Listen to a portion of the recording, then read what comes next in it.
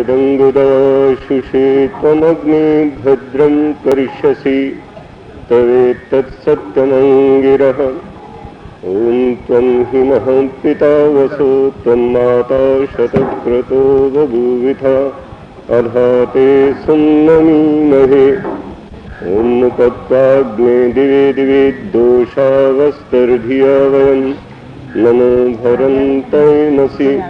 ॐ असतो मा सद्गमय तमसो मा ज्योतिर्गमय मृत्योर्मामृतं गमयति।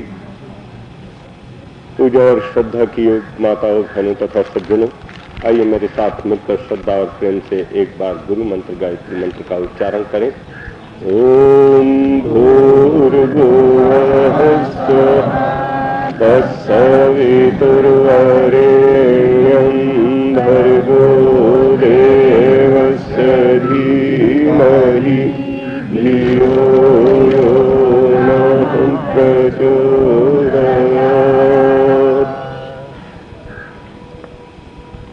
पूजा और श्रद्धा की योग माताओं बहनों तथा सज्जनों, आप सोचेंगे कि हमने 5 दिनों तक इस सामवेद का पाठ किया, हमको क्या मिला।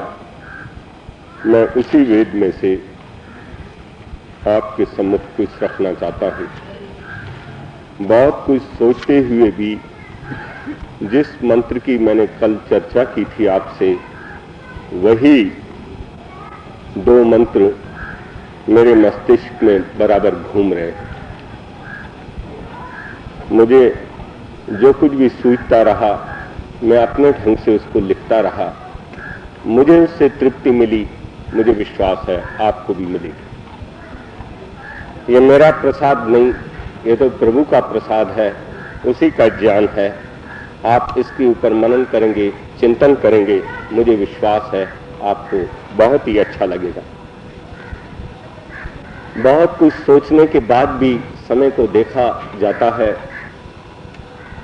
फिर क्या कुछ दिया जा सकता है, वही कुछ मनुष्य देना चाहता है। एक माँ को मैं देखता हूँ, वो अपने बच्चे को बहुत कुछ खिलाना चाहती है। बेटा खीर भी खा लो, हलवा भी खा लो, फल भी खा लो, दूध भी पी लो, सूखे मेवे भी खा लो, लेकिन बच्चा कहता है माँ मुझे भूख नहीं। तो भी जो भी कुछ उसके लिए उपयोगी होता है वो उसको दे देती है, और उसी में वो तृप्ति अनुभव करती है कि चलो बच्चा इसी को खा करके तृप्त हो गया। मैंने कल जो चर्चा आपके सम्मुख 10 मिनट तक की थी, उसी को आपके सामने रखता हूं। प्रियो नो अस्तु विष्पतिः होता मन्द्रो वरेण्य प्रिया स्वग्नो वयम्। हमने एक पुकार की थी, एक तड़प अभिव्यक्त की थी कि विष्पति, विषामपति, विष्पति, इन सारी प्रजाओं का जो पति स्वामी परमेश्वर है, मंद्रः जो अत्यंत हर्ष में रहता है और अपने संपर्क में आने वालों को भी आनंदित करता है, और वरेण्य जो अकेला ही चुनने के काबिल है। हमने अपनी जिंदगी में अपने को सुखी बनाने के लिए बहुत सी चीजों का वर्ण किया, कभी वस्त्रों का वर्ण किया, कभी फलों का वर्ण किया, कभी खाद्य और पेय पदार्थों का वर्ण किया, कभी आइसक्रीमों का वर्णन किया, कभी स्थानों का वर्णन किया, परंतु इस मंत्र में बतलाया कि हमारा वर्ण करने योग्य वही एक परमेश्वर है। और वो कहते हैं कि प्रियो नो अस्तु, वो मुझे प्यारा लगने लगे। मेरे जीवन के अंदर एक ऐसा दिन आए जो वो परमेश्वर मुझे प्यारा लगने लगे। इन विशेषणों पर तो आप स्वयं सोचना कि वो प्रजापति मुझे क्यों प्यारा लगने लगे। वो होता जिसने सारे संसार के पदार्थ बनाए, परंतु किसी भी पदार्थ को स्वयं नहीं खाया, सब के सब मुझे दे दिए। रुई बनाई, रेशम बनाया, ऊन बनाई। अगर हमको अपने आप को जचाना होता है तो हम रेशमी कपड़े पहनना चाहते हैं, तो प्रभु ने कहा ये पहन लो। जब हमको सर्दी सताने लगती है तो कह रहे ऊन के पहन लो। जब हमको गर्मी लगने लगती है तो कह रहे सूत के पहन लो। न जाने उसने कितने पदार्थ बनाए और सब मुझे सुखी करने के लिए दिए। हम ये प्रार्थना करते हैं कि हमारे जीवन के अंदर हमको व्यक्ति प्यारे लगते हैं, वस्तुएं प्यारी लगती हैं, खाद्य पदार्थ प्यारे लगते हैं, पेय पदार्थ प्यारे लगते हैं, लेकिन इस मंत्र में प्रार्थना की है मेरे जीवन के अंदर एक ऐसा भी दिन आना चाहिए कि जिसकी ओर से ये सारा प्रसाद मुझे मिलता है वही मुझे प्यारा लगने लगे। सचमुच ये हमारे जीवन की बहुत बड़ी साध है। आगे वेद मंत्र ये भी कहता है कि अपने गुणों के कारण वो तो मुझे प्यारा लगने लगेगा, लेकिन एक बात और भी हमारे जीवन में होनी चाहिए कि वयम स्वग्नयो प्रिया प्रिया स्वग्नयो वयम, कि हम सुंदर अग्नियों वाले होते हुए उस प्रभु को भी प्यारे लगने लगे। हम तो ये प्रार्थना करते हैं कि वो हमको प्यारा लगने लगे, लेकिन इस मंत्र में ये भी बतलाया गया कि हमारी भी तस्वीर इतनी सुंदर होनी चाहिए कि हम भी उनको प्यारे लगने लगे। एक व्यक्ति जो अपने जीवन साथी का वर्ण करने के लिए गया, उन्होंने कहा कि वो मुझे पसंद नहीं है।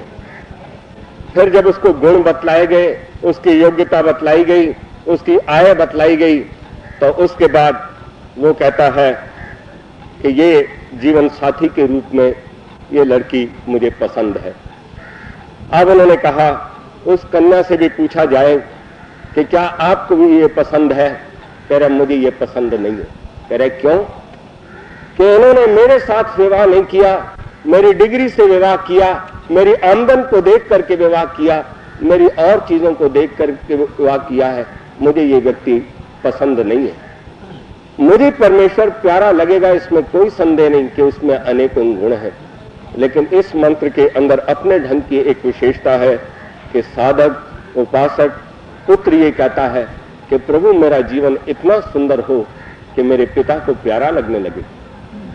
मुझ साधक का जीवन इतना अच्छा हो कि मेरे आराध्य देव को वो प्यारा लगने लगे। अब वो कैसे प्यारा लगने लगेगा? इसके अंदर जो एक घुंडी है वो मैं आपके सामने रखता हूं, उससे आपको बहुत कुछ मिल जाएगा।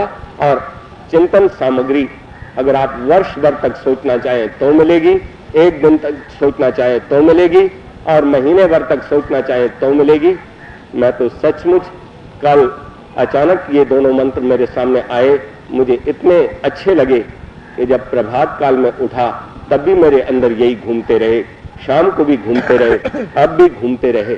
मैं सोचता हूं कि हम सबके मस्तिष्क में ये घूम जाएंगे तो शायद हमको बहुत बड़ा सुख मिलेगा।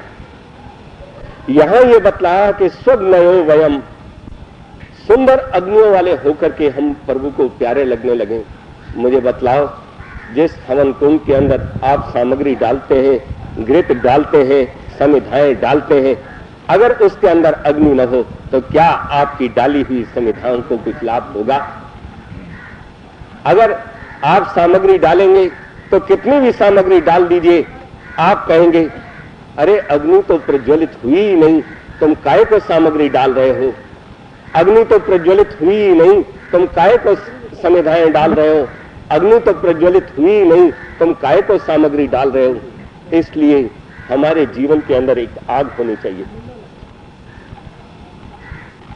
अग्नि क्या चीज है? जिस समय इस यज्ञ कुंड के अंदर अग्नि प्रज्वलित होती है, यजमान बड़ी मस्ती के साथ और प्रसन्नता के साथ अपनी समिधाओं की आहुति देते हैं, अपनी सामग्री की आहुति देते हैं, अपने घी की आहुति देते हैं। और याद रखना, जब इसमें अग्नि नहीं होती तो इसके अंदर कुछ भी तो नहीं डालना चाहते। अग्नि आते ही हम सब कुछ इसमें डालना चाहते हैं। यही चीज यहां पर नहीं है, ये चीज यहां पर भी है। जिस दिन जब तक हमारे अंदर जाठराग्नि प्रज्वलित होती रहती है, माँ उसमें दूध की आहुति डालती है, घी की आहुति डालती है, फलों की आहुति डालती है, सामग्री की आहुति डालती है। साधकों की सबसे बड़ी संपत्ति आग है। और याद रखना, साधक के अंदर एक बहुत बड़ा गुण होना चाहिए कि अग्नि जिस समय प्रज्वलित रहती है उसमें तेज और प्रकाश दोनों चीजें होती है। जिस साधक के अंदर, उपासक के अंदर आग होती है और वो आग चहुं ओर के लोगों को प्रकाश देती है और तेज देती है, तब भगवान बहुत प्रसन्न होते हैं और वो इंसान वो परमेश्वर को प्यारा लगने लगता है।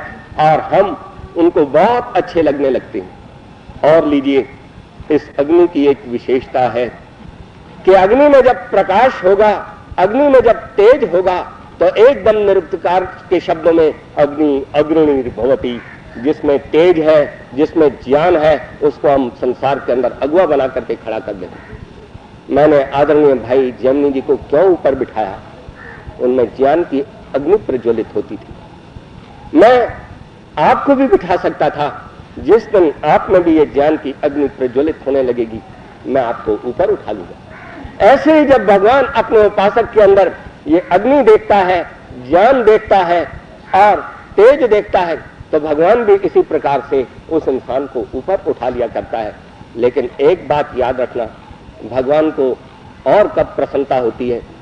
जिस समय साधक के पास, उपासक के पास, पुत्र के पास कोई आता है और आने के बाद अगर वो शराबी होता है, वो कबाबी होता है, वो सिगरेट बीड़ी पीने वाला होता है, वो जुएबाज होता है, जिस समय उसका बच्चा, उसका उपासक, उसका साधक शराबी के संग में आकर उसके साथ शराब पीने लगता है, जुएबाज के साथ मिलकर उसके साथ जुआ खेलने लगता है और सिगरेट पीने वाले के साथ उसके सिगरेट पीने लगता है, शराब पीने वाले के साथ शराब पीने लगता है, उस समय भगवान उसको देखने लायक भी नहीं समझता। चाहे हम कितने भी उसके गीत गाते रहें, हम उसको कभी भी प्यारे नहीं लगते। लेकिन जिस समय अग्नि की तरह, अग्नि के भीतर जिस समय लोहा आता है और लोहा काला होता है, ठंडा होता है, लेकिन जिस समय अग्नि के पास आता है, जिस लोहे को हाथ में लेकर के बलवान विद्यार्थी उसको दूर दूर फेंकता था, लेकिन जिस समय उसने अग्नि का संपर्क किया तो वो बलवान से बलवान पहलवान को कहा, अब इस गोले को उठाओ। ना बाबा, अब इसको हाथ भी नहीं लगाया जाता। उस गोले को मैंने देखा, वो बिल्कुल लाल था, तेजस्वी था, प्रकाशमय था। उस समय भगवान बड़ा प्रसन्न होता है कि अग्नि अपने संपर्क में आई हुई इस काले लोहे को उज्जवल बना देता है, तेजस्वी बना देता है। इसी प्रकार से अगर कोई शराबी, कोई कबाबी, कोई जुएबाज अगर उसके संपर्क में आता है और धीरे धीरे उसकी तरह वो शराब छोड़ देता है, वो जुआ छोड़ देता है, वो गंदी बातें छोड़ देता है, तो भगवान बड़ा प्रसन्न होता है। और जो ही वो ऐसा करने लगता है, अग्नि अग्रणीर्भवति, और वो संसार के अंदर अगुआ बन करके खड़ा हो जाता है, तो भगवान को बहुत प्रसन्नता होती है। और वो कहता है, अब मेरा ये बच्चा देखने लायक है, अब ये स्वामी श्रद्धानंद सबका अगुआ बनने लायक है, जामा मस्जिद में भी बोलने लायक है, आर्य समाज में बोलने लायक भी है, और कांग्रेस का भी अगुआ कोई नहीं बनना चाहता। जिस समय कोई भी आगे नहीं आता था, अमृतसर के अंदर जलियांवाले बाग की कांड के बाद कोई भी तो आगे नहीं आता था। उस समय स्वामी श्रद्धानंद जी जिस समय आगे खड़े हुए और सब उसके पीछे लग गए।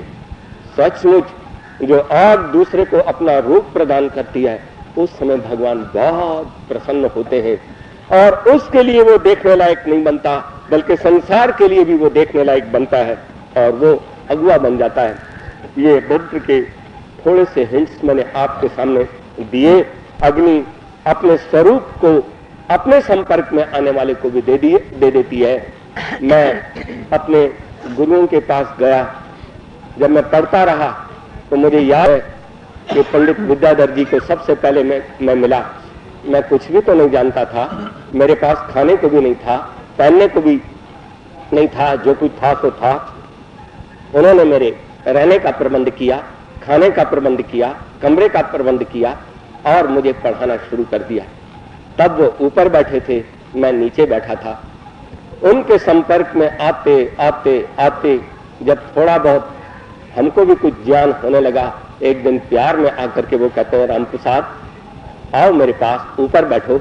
मैंने कहा नहीं, जिसने मेरी अन्न की व्यवस्था की हो, जिसने मेरे कमरे का प्रबंध किया हो, जिसने मेरे कपड़े का प्रबंध किया हो और जिसने मेरे प्रातः काल से सायंकाल तक के नियम बना करके मुझे उन नियमों में ढालने का प्रबंध किया हो, ऐसे व्यक्तित्व के पास मैं कभी नहीं बैठ सकता। वो बहुत ऊंचे हैं, मैं बहुत छोटा हूं। वो चुप रहे, फिर बोले, राम प्रसाद कभी कभी मन करता है और कोई बात किसी को कहता है, मान लो तुम ऊपर आ जाओ। मैंने कहा बड़ा मुश्किल है। कह रहे, मैं प्यार से कह रहा हूं, आज मेरा मन करता है तुमको आशीर्वाद दूं। मैंने कहा मैं नजदीक हो जाता हूं, आप मेरी पीठ पर हाथ फेर दो। कह रहे नहीं, मुझे झुकना पड़ेगा, हाथ आगे ले जाना पड़ेगा, मेरे पास बैठो। वो दिन मुझे याद है जिस समय बड़े प्यार से मैं उनके आग्रह को नहीं टाल सका और धीरे से मुझे बुला लिया। मैं ऊपर बैठा और ऐसे पीठ पर हाथ फेर करके एकदम उन्हीं विद्यार्थियों को कहते हैं, आज तक जो कुछ हम आपको पढ़ाते थे अब हम नहीं, यही आपको पढ़ाएंगे, हमको इन पर बहुत बड़ा विश्वास है। और धीरे से उस आसन से पीछे उतर गए। मैं हैरान हो गया, जिसने मुझे ज्ञान दिया, जिसने मुझे भोजन दिया, जिसने मुझे कमरा दिया और अंत में अपना ऊंचा आसन भी मुझे देख करके विरक्त होकर के चले गए। ऐसे महान व्यक्तियों को मैं कहां तक याद करूं, उनके प्रति कितनी कृतज्ञता अभिव्यक्त करूं। सचमुच भगवान के इस ज्ञान से जिस समय तुम्हारा मस्तिष्क और हृदय आलोकमान बन जाएगा, उस दिन तुम बहुत ऊंचे हो जाओगे। उस दिन तुम इंसानों को नहीं भगवान को भी प्यारे लगने लगोगे। दूसरा मंत्र इसकी संगति में जो मैंने आपके सम्मुख रखा था वो था, न तम जनंती बहवो न दब्रा उर्वस्मयी अदिति शर्म यंसत। उस इंसान को दुनिया के बहुत बड़े समुदाय के लोग भी हों वो भी कोई हानि नहीं पहुंचा सकते।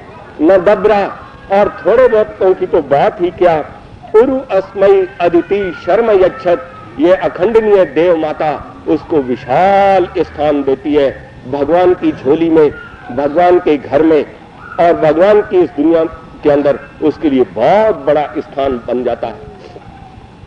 हर व्यक्ति चाहता है कि वो मेरे पास आए, हर व्यक्ति चाहता है वो मेरे घर में बैठे, हर व्यक्ति चाहता है वो हमारे पास आए, हमारे इस जल को स्वीकार करें, हमारे इस अन्न को स्वीकार करें। सचमुच उसका एक घर न रह करके सारा संसार उसका घर हो जाता है। जिस दिन वो प्रभु का बन गया, सारा संसार प्रभु का था, तो सारे ही घर उसके अपने घर हो गए। भगवान इस मंत्र में तो कमाल ही कर दिया है कि इंद्रिय प्रिया सुकृत, इस दुनिया के अंदर जो सुकर्मा होता है वो भगवान को बहुत प्यारा होता है। शोभनम करोतीति सुकृत, जो इस दुनिया के अंदर अपने कर्मों को बड़े सुंदर ढंग से करता है, बड़े अच्छे ढंग से करता है। जब वो बोलता है तो सु बोलता है, जब वो देखता है तो सु देखता है, जब वो सुनता है तो सु मीन्स अच्छा देखता है, सात्विक देखता है, उत्तम देखता है। जब वो करता है तो सु माने अच्छा करता है, बोलता है तो सु माने अच्छा बोलता है। जब वो अच्छा बोलता है, अच्छा देखता है, अच्छा सुनता है, अच्छा करता है, अच्छी जगह चलता है, तो भगवान को कितनी प्रसन्नता है। मुझे बतलाओ उस बाप को कितनी प्रसन्नता होती होगी जिसका बेटा अच्छे काम करता है। जब वो बाप से बोलता है तो सोचता है कि बाप को प्रसन्नता हो इसलिए मैं अच्छा बोलूं। मुझे बतलाओ जिसका प्रत्येक क्रियाकलाप सु माने अच्छा हो जाएगा, जिसका प्रत्येक आहार व्यवहार और आचार सुंदर हो जाएगा, उस समय वो प्रभु को प्यारा लगने लगेगा। इन शब्दों को जाकर के अपने मस्तिष्क में दोहराना, और मैं आपको विश्वास दिलाता हूं ये प्रसाद तो आपको मिलेगा ही हलवे का, ये बेचारा तो थोड़ी देर के अंदर किनारे बैठ जाएगा। लेकिन ये जो शब्द है मैं आपको विश्वास दिला देता हूं कि ये वेद का अद्भुत प्रसाद तुम्हें नख से लेकर चोटी तक मांझने का काम करेगा और संसार में तुम्हारी तस्वीर को बहुत सुंदर बना देगा। मैं इन शब्दों में सुबह से ही विभोर रहा, आप भी ऐसा करेंगे तो मेरे से बढ़कर के विभोर रहेंगे। एक अगला विशेषण कि प्रिया मनायु, भगवान को मनायु बहुत प्यारा लगता है। मनायु कौन होता है? जो मननशील होता है, जो विचारशील होता है, वो भगवान को बहुत प्यारा लगता है। जब कुछ बोलने का चांस मिला तो उसको बोलना था तो उसने कहा पहले सोचो फिर बोलो। जब भगवान का ये पुत्र बोलने से पहले सोचता है तो भगवान को बहुत प्रसन्नता होती है। जब ये बालक कुछ खाने से पहले सोचता है कि ये मुझे खाना चाहिए कि नहीं, तो भगवान बहुत प्रसन्न होता है। जब कुछ सुनने से पहले वो सोचता है कि ये मुझे सुनना चाहिए कि नहीं, तब भगवान बहुत प्रसन्न होता है। जब कुछ करने से पहले वो सोचता है कि ये मुझे करना चाहिए कि नहीं, जब कुछ देखता है ये मुझे देखना चाहिए कि नहीं, जब कुछ सोचता है तो सोचने से पहले सोचता है कि मुझे सोचना चाहिए कि नहीं, जब कुछ खाता है या पीता है सब सोच समझ करके ऐसा करता है तो भगवान को बहुत प्रसन्नता होती है। अरे भगवान की बात तो जाने दो, मुझे वो बालक जो आज यहाँ नहीं अमेरिका में बहुत बड़ा डॉक्टर है, जब वो मेडिकल इंस्टीट्यूट में पहला विद्यार्थी था जिसने ये कहा कि मैं न अंडे खा सकता हूँ न मांस खा सकता हूँ, उसके बाद उनका एक साथी उत्तर प्रदेश का भी मिल गया। ये 2 मेडिकल इंस्टीट्यूट में विद्यार्थी थे जिन्होंने मना किया, ना हम अंडा खाएंगे, ना हम मछली खाएंगे, ना हम मांस खाएंगे। आपको बतलाऊं, भगवान तो प्यार करता ही करता है। उस व्यक्ति ने मुझे बतलाया कि हम आपको क्या बतलाएं, जब हम इन दोनों चीजों से दूर रहते थे तो वहां का एक बावर्ची कहता है कि मांस और अंडे तो बहुत कीमती आते हैं, लेकिन ये 2 देवता हैं, इनको हम क्या खिलाएं। तो वो व्यक्ति मुझे बोलता है, जो उस समय तीसरे साल के कोर्स में था मेडिकल इंस्टीट्यूट में, उनका 3rd ईयर था, तो एकदम बोला कि वो हमारे लिए खीर बनाता है, उसमें पिस्ता डालता है, बादाम डालता है, छुआरे डालता है, किशमिश डालता है, मखाने डालता है, और फिर भी उसको तसल्ली नहीं होती। उसके लिए चांदी के वरक लाता है, सोने के वरक लाता है, और हम दोनों को जिस समय वो खीर परोसता है तो हमारे जो दूसरे साथी हैं वो कहते हैं, बावर्ची क्या बात है, इनमें क्या विशेषता है जो तुम इनको इतनी सुंदर खीर खिलाते हो और फिर उसमें बादाम डालते हो, पिस्ता डालते हो, किशमिश डालते हो, छुआरा डालते हो, मखाने डालते हो, और फिर भी तुम्हें तसल्ली नहीं होती, और फिर उसके ऊपर चांदी और सोने के वरक लगाते हो। भगवान की बात तो बहुत दूर रही। उस बावर्ची ने कहा, डॉक्टर बाबू अगर आप नाराज न हो तो मैं आपको एक बात कहूं। उसने कहा, कहो बेरे। करे एक बात मैं तुम्हें बतलाता हूं, आप बुरा तो नहीं मानेंगे। नहीं बेरा, तू हमको रोज रोटी खिलाता है, प्यार से हमारे सामने पानी रखता है, हमको बाबूजी बाबूजी बोलता है, हम क्यों नाराज होंगे। कह रहे, डॉक्टर बाबू इस मेडिकल इंस्टीट्यूट में 5 क्लासों में 250 डॉक्टर पढ़ता है, लेकिन वो 250 डॉक्टर जितना भी पढ़ता है उनकी मेज पर जो भी कुछ आता है, चाहे कुछ भी हो, वो एकदम खाने लगता है। चाहे वो कुत्ता बना के खिला दो, मेंढक बना के खिला दो, बिल्ली बना के खिला दो, तो चुपचाप खा जाते हैं। लेकिन इन दोनों व्यक्तियों को हमने देखा कि जब इनके सामने कटोरी आती है या प्लेट आती है, यद्यपि हम बहुत ध्यान रखते हैं इनका, तो भी कहते हैं, बेड़ा आज क्या बना है। ये मुझसे भी पूछते हैं, स्वयं भी उसको टटोलते हैं और सोचते हैं कि क्या कोई ऐसी चीज तो नहीं बनी जो हमारे खाने लायक नहीं है, कोई ऐसी चीज तो हमारे सामने नहीं आ गई जो पीने लायक नहीं है। कह रहे, डॉक्टर बाबू तुम सब में हमको 2 ही इंसान नजर आता है, बाकी तो जो कुछ है मैं कहना नहीं चाहता, तुम्हारे सामने जो आए सब खा जाते हो। इसलिए हमारा दिल करता है कि ये तो सोने और चांदी के वरक हैं, ये पिस्ता और बादाम है, हमारा तो दिल करता है कि अपना दिल ही निकाल करके इनकी थाली में रख दे। मुझे बतलाओ, अगर इस बहरे को भी एक इंसान इतना प्यारा लगता है, तो जिस समय जो व्यक्ति कुछ खाने का पदार्थ आता है उससे पहले सोचता है, कुछ बोलने का चांस आता है उससे पहले सोचता है, कुछ सुनने का चांस आता है उससे पहले सोचता है, कुछ खाने का और किधर चलने का चांस आता है तब सोचता है। तो पहले सोचो फिर बोलो, पहले तोलो फिर बोलो। और इस प्रकार के इंसान को भगवान बहुत प्यार करता है। एक व्यक्ति को बाप के सामने बोलना पड़ा, बोलते बोलते वो रुक गया। कह रहा, बेटा रुक क्यों गए। कह रहे, पिताजी मैं सोच रहा हूं कि मुझे क्या बोलना चाहिए। मैंने प्रातःकाल प्रार्थना की थी कि स्वस्ति में पित्रे अस्तु स्वस्ति उत्तमात्रे, मेरी मां का भला हो जिसने मुझे जन्म दिया, मेरे बाप का भला हो जिसने मुझे जन्म दिया। और स्वस्ति का अर्थ यह है कि भगवान मैं ऐसे व्यवहार करूं जिन व्यवहारों से मेरे पिताजी का शरीर स्वस्थ रहे, मन शांत रहे और आत्मा तृप्त रहे। जब मैंने प्रातःकाल ये प्रार्थना की थी तो सोचते सोचते कहा कि मैं ऐसा वचन न बोलूं जो मेरे पिताजी दुखी हो, मैं ऐसा वचन न बोलूं जिससे मेरे पिताजी अशांत हो, मैं ऐसा वचन न बोलूं जिससे मेरे पिताजी आत्मना दुखी हो और उनकी नींद हराम हो जाए। मुझे बतलाओ, इस मनाई को देखकर जो पिता के प्रति व्यवहार करता है तो पहले सोचता है, मां के प्रति व्यवहार करता है तो पहले सोचता है, गुरु के प्रति व्यवहार करता है तो पहले सोचता है, कुछ खाने को आता है तो फिर मंत्र के आधार पर सोचता है कि भद्रम करणे भी सुनुयाम। मैंने तो प्रातःकाल मंत्र बोला था कि मैं जो कान से सुनूं वो भद्र होना चाहिए। इस सुने हुए से भरी कल्याण सुखेचा, मुझे लोक में सुख मिलेगा कि नहीं, मेरा परलोक में कल्याण होगा कि नहीं। मैंने जो ये कहा था कि भद्रम पश्येम अक्षर यजत्र, कि मैं अपनी आंखों से भला देखूं, तो आंखों से वो देखूं जिससे लोक में सुख मिले और परलोक में कल्याण मिले। तो इस देखने से क्या मेरा लोक सुखकर बनेगा, मेरा परलोक आनंदमय बनेगा। जो ये सब सोच करके कर्मों को करता है, भगवान उससे कितना प्रसन्न होता है, ये चीज आप करके देखना।